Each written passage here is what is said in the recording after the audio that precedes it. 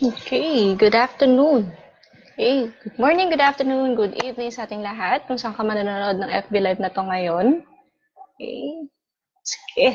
Let's talk about e-commerce versus affiliate marketing. So napakatunog no ngayon ng e-commerce nowadays. Okay? So yan ang pag-usapan natin ngayon in this FB Live. Wait lang.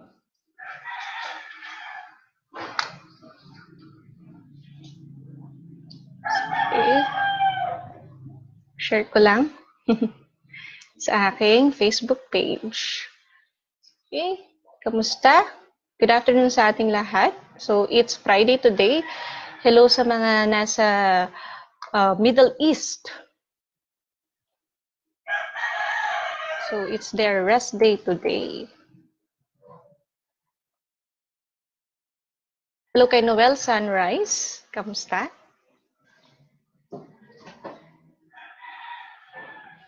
Yan. Wait lang ha.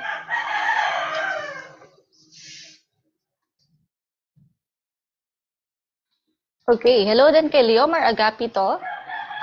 Ayan, nagka-apps pa daw ako. Yes, I'm still part of Unity Network and I'm still using the system, a sending profit system of our company. Hello kay Mike Serantes, kay Leomar Agapito. Di na daw siya kumita sa apps. Sige, so mamaya pag-usapan natin with regards dun sa pinaka-topic ko, which is e-commerce versus affiliate marketing. Hello din kay David Joshua Espania. Magandang hapon din sa'yo. Hello din kay Rosemary Jacinto. Kamusta? Kamusta? Okay, so pag-uusapan natin si e-commerce na very matunog no, ngayon. Okay. Okay, so for those of you who are watching right now, feel free to comment to this FB Live kung saan kayo nanonood and I will have you mentioned dito sa FB Live na to. Hello kay Adlapper. Okay, kay Jerry. Okay, yan. Sensya na kung medyo nami-mispronounce natin no, yung mga names ninyo. And pasensya na rin kung narinig kayo na tilaok ng manok. Okay? Sige. So ngayon, ang pinaka-topic natin no, is e-commerce versus affiliate marketing. Kasi alam naman natin no, na starting an online business is something a lot of people desire to do. And kasi with good reason, of course. Kasi syempre, di ba, kapag nag-online business ka nga or nag-start ka ng isang online business, it can provide you, sabihin natin, ton of freedom no, in terms of work schedules, saan ka din magtatrabaho, etc. And kapag din online business kasi yung meron ka, you can choose na magtrabaho or gawin yung work mo sa bahay mo. Okay?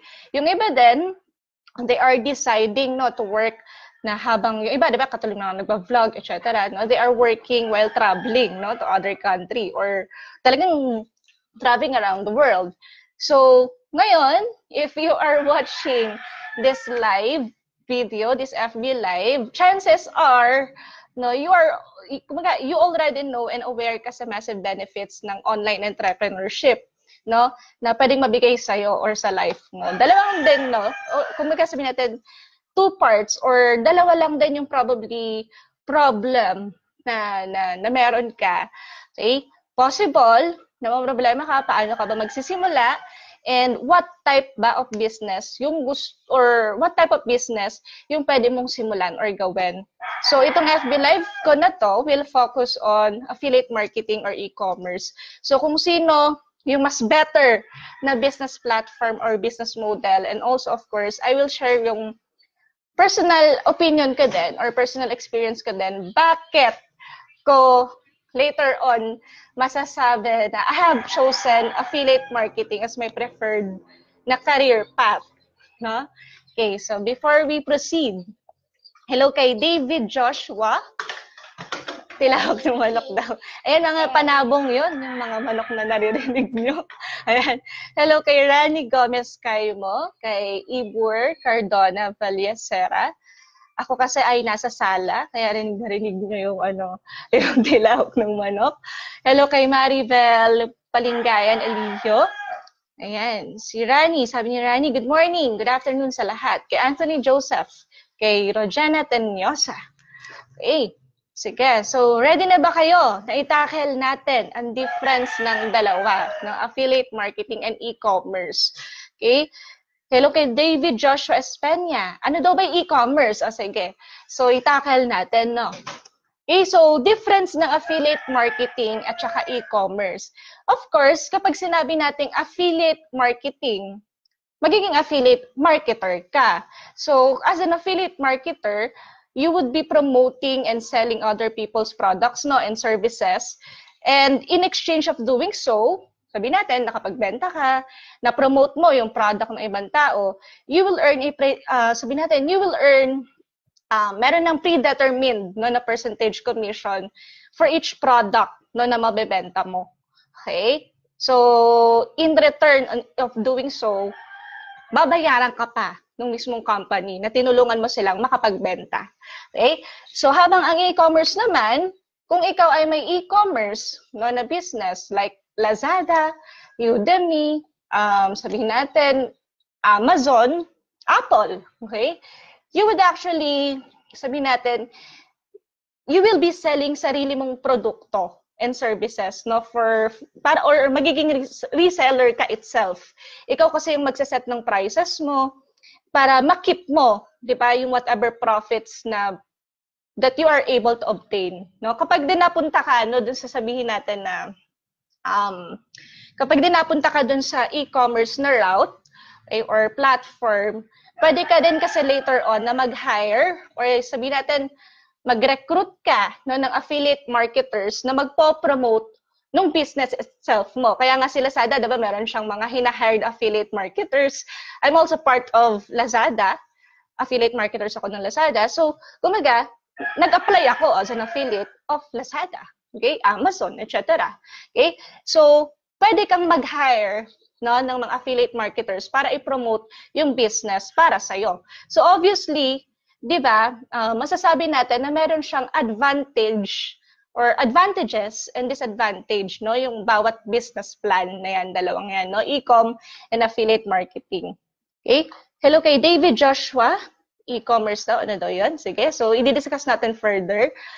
Hello din kay Rods Rofuli. Hello sa'yo. Si Lori Montalian, ay, hello Ate Lori. Ayan, hello kay Carl Anthony Jananga, kay Mary Chris Dapito, hello sis, kay Arnold Santiago, hello din, kay David Joshua, sabi niya, oh, pwede rin pala gumamit ng ClickFunnels. Yes, of course, you may use ClickFunnels. But then, i-discuss natin no, disadvantage and advantages ng dalawa. Hello kay Angel Gatdula, kay Rani. Watch na lang ako mamaya, work na me. Okay, sige, go on. Yan, sige. So let's start with the advantages na makukuha mo kapag ikaw ay nag-e-commerce or meron kang sariling e-commerce store or e-com na business. Okay? Actually, hindi naman, akala mo iba, napakahirap no, na mag-create ng sarili mong e-commerce no, na negosyo. But then, madali na lang din naman siya. Hindi mo naman kasi kailangan na maging inventor ka or even mag-manufacture ka no, ng kung ano pa man. Kasi many online marketers, they've started na mag-create ng sarili nilang website para mag-create no, ng sarili nilang own training courses na later on mabebenta nila. No? Or nag-create sila ng platform para makapag-sell ng sarili nilang e-book. Okay? Yung iba naman, they decided na magkaroon ng sabihin natin, tinatawag natin na fully stocked store. Isang store, e-com store. Ito yung mga Lazada, katulad yan. And gumagamit sila ng mga dropshippers para mag-ship ng product. Okay? And yung iba naman sa e-commerce, they are using or sabihin natin niche product, yung binibuild nila. Like for example, puro gadgets lang inside nung e-com store nila. And then, doon sa store na ginagawa nila or sa e-commerce nila, it allows them to sell no, yung mga products na yon sa, sabihin natin, individually, no? Individually nila na sinesell yung mga products dun sa website nila sa sariling price, no? Sila nagma-mark ng price ng mga products na sinesell nila. Okay? Para syempre, mag-earn sila ng profit sa every item na mabebenta. Okay? And kagandahan din sa e-commerce, okay, may freedom ka in terms of pricing. May freedom ka din with regards sa promotions, no? And of course, sa pag-acquire ng mga repeat customers mo, kasi hindi mo din, kumbaga, hindi mo kailangan makapag-deal sa affiliate manager para sa pricing na wala kang control. Pati na din sa mga restrictions on what type of advertising strategies or marketing, sabi natin, marketing strategies that you can use. Kasi lahat ikaw may control. Plus, once mga nag-purchase sila doon sa e-commerce na ginamit mo, of course, yung email, contact details, sabi natin, pangalan, no, and any other infos, okay, yung mismong e-commerce, yung owner ng e-commerce store na yon, siya yung may handle nun. Okay? So, kapag meron silang bago na produkto na i-advertise or may bago sila na create na products, okay, pwede nila ulit yun i-advertise dun sa mga bumili na before dun sa kanilang website. Okay? Kasi sila yung may hawak ng details eh. Okay? So, yun yung isa sa mga advantages, no? Or yun yung mga ilan sa advantages ng e-commerce. Okay? Hello kay Mia Hernandez. Si David, through advertisement din po ba? Yes, pareho naman silang through advertisement, e-commerce and affiliate marketing. Hello din kay Coach Lakay, kay David Joshua Espana. How about Open Mind PH? Open Mind PH is an e-com store yan. Okay? Isa siyang e-commerce store, but then ang mga products niya, yan, if mapapasok ka sa loob, okay, there are training products inside, different training courses, e-books, etc. Okay? Plus, sabi ko nga kanina, kapag may e-commerce ka, you can recruit or hire affiliate marketers. And inside Open Mind, we also have tinatawag na affiliate program. Okay? Ayan. Hello kay Marichel Baring. Good afternoon din sa'yo. Si Roger Alida. Si Romel Ursha. Hello. Ayan. Si Tita Gels. Okay, so ano naman yung disadvantage? Okay, anyway, recap tayo. E-commerce. Sa e-commerce, of course, hindi mo kailangan maging inventor ka or mag-manufacture ka ng kung ano pa man para makapag-set up ka or makapag-create ka ng sarili mong e-com business. Kasi di ba, nowadays, no, marami ng online marketers na nag-create lang ng website para mag-create ng sarili nilang online training courses na mabebenta nila. Or kaya naman, nag-create sila ng sarili nilang platform to sell yung na-create nilang e-book, etc. Yung iba man, nag-decide magkaroon ng isang fully stocked, no, na e-com. Yung iba, by niche, no, yung ginagawa nilang pag-build ng e-com nila and so on.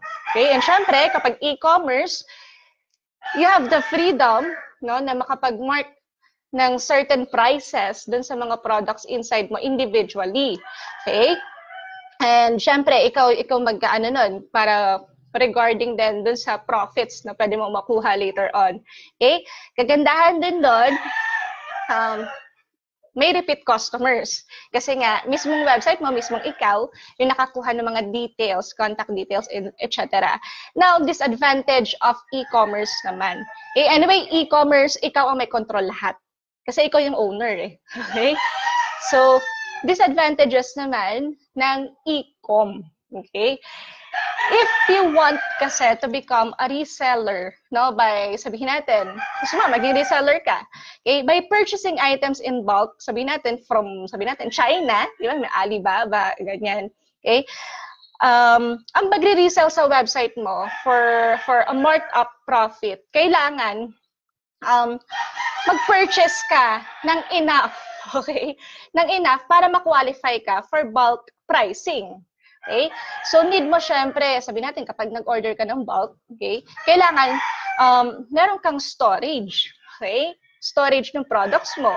And you need to find a way then kung paano mo siya ipipick up. Although meron mga platforms ngayon or mga training courses or training program wherein they are also handling na, no, yung mga kagaya niyan, yung sa shipping, suppliers, and so on. So, pinoprovide na mismong e-commerce, no, na academy and so on. But then, kapag magsisimula ka ng e-commerce, okay, kailangan mong i-consider, okay, kung gusto mong makapag-mark up ng price, okay, at gusto mong maging reseller and you will purchase items from China, ang pag-resell sa website mo for market profit, kailangan mag-purchase ka ng enough para ma-qualify ka for bulk pricing.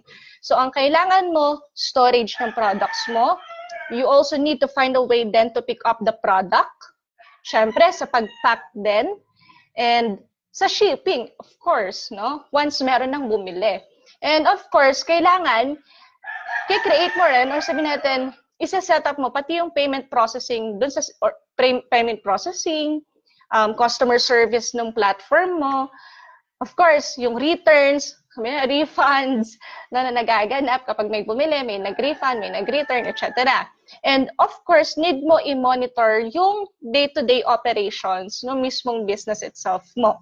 Okay? So, kung mag-isa ka lang at nagsisimula ka, you are a beginner, medyo time-consuming and stressful para sa mga newly online entreps. Na gustong magsimula mag-online business at gustong pasukin ang e-commerce. Yun lang naman para doon. Okay? So, later on, i-discuss naman natin si advantage, no, ng affiliate marketing. Hello kay JR Ben Consejo Panday, kay David Joshua Espenya. Ano po ang mga useful for digital marketing tools? So, later on, na-discuss natin and i-answer ko yung mga ibang questions niya later on dito. But then we'll tackle and I will focus first muna sa advantages and disadvantage of e-commerce and affiliate marketing. Hello, Ronel. Ayan. Ronel Acabado. Si David. Minsan po kasi hindi ako updated sa mga latest digital marketing trends. Hello kay Rona Velasquez Santiago, kay Vince Rains, kay Ving Patiancilia. Or sila. Okay. Ayan. Sige, so let's go to the advantages naman, no, ng affiliate marketing. So, dahil affiliate marketer ka, or dahil ikaw ay nasa affiliate marketing, of course, pag sinabi natin affiliate marketing, nagre-resell ka, no, ng mga built-in products na or ng other people's product, no, and services. Okay? So, kapag nagre-resell ka ng other people's products and services, you don't have to worry pagdating sa customer service, pagdating sa payment processing, pagdating din sa mga tax invoices, pagdating din sa mga warehouses, storing, shipping, no? And pagdating sa mga nabentang products. So, wala kang kailangan problemahin doon. So, ang kailangan mo lang kasi kapag nasa affiliate marketing ka, kailangan lang malink mo, no, yung mga tao or malink mo sila dun sa products and services ng ibang tao.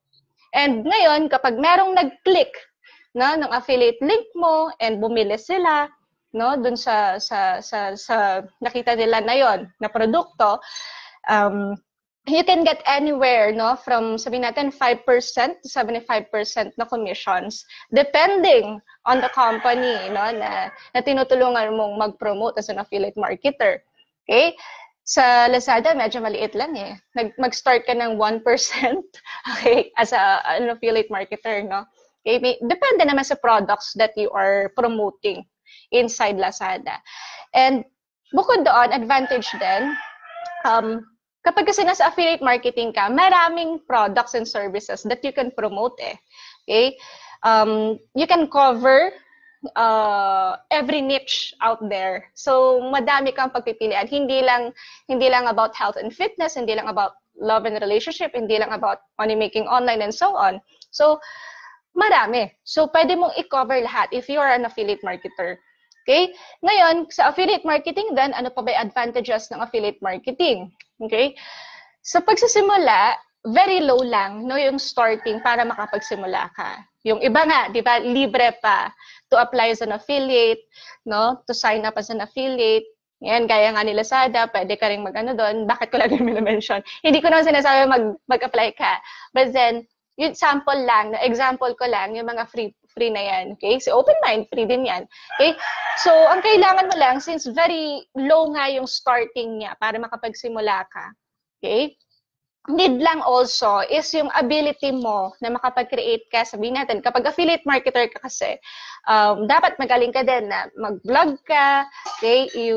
Later on, you will create your own website na, and you can be in business na without taking big financial risk or sabihin natin, purchasing large quantity of products kapag kasi nasa affiliate marketing ka. Okay? Basta you love writing, no? Kung ayaw mo ng mga video, etc., it's fine if you know how to create contents, etc. Okay? Makaka-push through ka, no, sa affiliate marketing. Okay? Ngayon, of course, we have different strategies din, you know, in doing the promotions, etc. Okay? So before tayo mag-proceed sa disadvantage, I hope na-take note ninyo at natatandaan ninyo yung advantage ng both sides, no? E-commerce and affiliate marketing. Hello kay Angel. Ma'am, gusto ko pong matutunan niyo about e-commerce. Okay, si Ryan, Joseph De Silva, hello din sa'yo. David, disadvantages, there can be a lack of system security, reliability, and standards owing to poor implementations of e-commerce. Okay, ayan. So sa disadvantage naman, no, ng affiliate marketing, for me, this is outlook ko lang, opinion ko. For me, okay? Sa affiliate marketing, you can lose a lot of freedom, okay? Pero affiliate marketing is life eh. But then, wag tayo maging bias, you will lose a lot of freedom. Bakit? Ano yung mga freedom na malulose mo? Okay? Kasi any affiliate partner can drop you anytime. Okay? Any affiliate partner can change commission rate. Any affiliate partner can go out of business. Any affiliate partner or sabihin natin, ibang companies and so on, can begin deteriorating or bumagsak and so on. And wala tayong magagawa doon. Okay? And bukod doon, sa affiliate marketing, may mga restrictions din kasi yon, no? When it comes to how you can advertise. So, sa advertising, no, kapag ikaw is nagpo-promote and so on, katulad nga sa FB, pwede ka ma-ban, pwede ka ma-spam, pwede ka, and more. Madami din mga rules and policies, guidelines na sineset ang isang affiliate partner as isang company. Okay? Kapag ipopromote mo ang produkto nila. Kasi of course, papangalagaan ng mismong company itself ang pangalan nila. Papangalagaan din ang website itself. So, ikaw, as an affiliate partner, as an affiliate marketer, is may restrictions on how you will proceed or paano magagawin ang promotions mo. Okay? And when you, sabihin natin, sa affiliate marketing kasi, you simply refer, no? You simply, what you call this? You simply refer someone to purchase, diba? Something sa another site. Kumbaga, sabihin natin, kapag nag-refer ka ng isang tao sa isang site para bumili ng isang produkto, training program, etc., service, mag-avail niyan, hindi naman ikaw yung makakapag-capture ng data at contacts nila. Isa yun sa disadvantage. Lalo na kung ginagamit mo is mismong built-in na mga lead capture pages nung tinutulungan mo i-promote. Okay? Okay? So, ganun naman nangyayari. So, wala ka magiging repeat customers if you are using yung mismong lead capture pages. Kaya nga, sa amin naman as well, no, since I'm part of our Unity Network and so on, kaya nga dito sa amin, tinuruan kami na later on, it's better that you've created your own website, lead capture pages, so that nakokollect mo yung leads mo, so that nakokollect mo yung emails, so that nakokollect mo yung contacts and so on. Hawak mo na yan. Kapag hawak mo kasi yung mga leads na yan, yung mga emails na yan, it's yours forever. Okay? Ano naman ang gawin mo dyan sa mga details na yun and so on, once na meron kang bagong produkto, may bago kang business, pwede mong i-offer yon sa kanila. Because the contact details and infos are yours. Okay? Ngayon, sa mga starters, of course, yung mga wala pa sariling website and so on, yun yung isa sa disadvantage, no? Kung ang gagamitin niyo is lead capture page itself na isang company at wala ka pang sarili mong lead capture pages or sariling website mo, okay, na simply nire-refer mo lang sila na pumunta dun sa website na yon to purchase that item and so on, hindi mo makukuha yung customer info, no? Email digits, and other info na pwede mong magamit sana later on for retargeting and para makapag-make ka ng more sales in the future. Kaya nga mas maganda, pag nag-affiliate marketing ka, it's good at na magkaroon ka na rin no, sarili mong lead capture pages or sarili mong website later on. Okay? Ngayon, before we proceed further, hello kay John Ray, Yang Ortiano, Richard Cruz, si David, sabi ni David, advantages of e-commerce doesn't require much, if at all. Physical space, no geographical limitations, translates bigger customers. Yes, okay, kasi nasa website lang, okay? Hindi mo kailangan umupa pa, no? ng sarili mong pwesto para sa tindahan mo and so on. Okay, isa yun sa mga advantages. Okay, it's correct, David. Okay, Suber, Erwin, Maycor, Eusebio, Vance, Reigns, wala. Ayan, hello kay Beverly Velasquez Bautista. Ngayon, siguro, you are asking, sige, Eliza, na-discuss mo yung e-commerce versus affiliate marketing.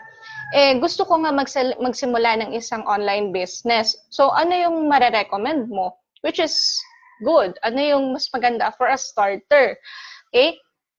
Ano yung marirecommend ko for a beginner? So, as one of the coaches of a certain company, and of course, being an affiliate marketer, ang sagot ko is, of course, magiging medyo biased, okay? Kasi nga, affiliate marketer ako. But I always recommend yung mga brand new internet entrepreneurs to try affiliate marketing first. Bakit? Bakit ko sinasabi na mag-try muna kayo ng affiliate marketing first bago kayo mag-indulge sa e-commerce? Kasi by going with an affiliate marketing business model, you can dive into online marketing without all the risk. Okay? And kung sakali man na nag-succeed ka sa affiliate marketing, by selling other people's products, yung mga built-in products na, ready-made na, and so on, and services, walang doubt na magsasucceed ka definitely sa e-com pag nagkaroon ka ng sarili mong e-com store.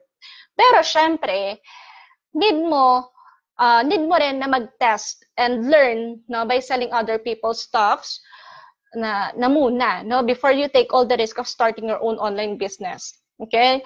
So siguro a year or 2 years experience of affiliate marketing will gonna help you na makapag-prepare ka para sa world ng e-commerce. And of course, tayong lahat naman dapat meron tayong goal na magkaroon ng sarili mong e-com. Na talagang sarili mo, it's your own. Kasi later on, ikaw naman yung mag-hire ng affiliate marketers. Diba? Okay, mas maganda yun. Ikaw yung mag-hire ng affiliate marketers mo. Okay? And bakit ko nasabi na I prefer affiliate marketing? Okay? Bakit ang choice ko is affiliate marketing versus e-commerce? Kasi ganito, ako, gusto ko is very simple lang. Okay? I always try to take the path na least of resistance. And so far, okay naman. And it worked well. And by indulging kasi yung self ko sa affiliate marketing, nagagawa ko yung mga gusto kong gawin pa din. Lalo na yung sa pag-write ng articles. Okay? And I also do help people make good products, and sabihin natin, tinutulungan ko rin ibang tao to make a good purchase decisions, by sabihin natin, reading my contents, reading my blogs, articles, and so on a certain topic. Okay, so yun kasi sa affiliate marketing. Kaya nga, di ba kanina na-mention ko, magaling ka lang mag-vlog, marunong ka lang magsulat, and so on. Presto, okay?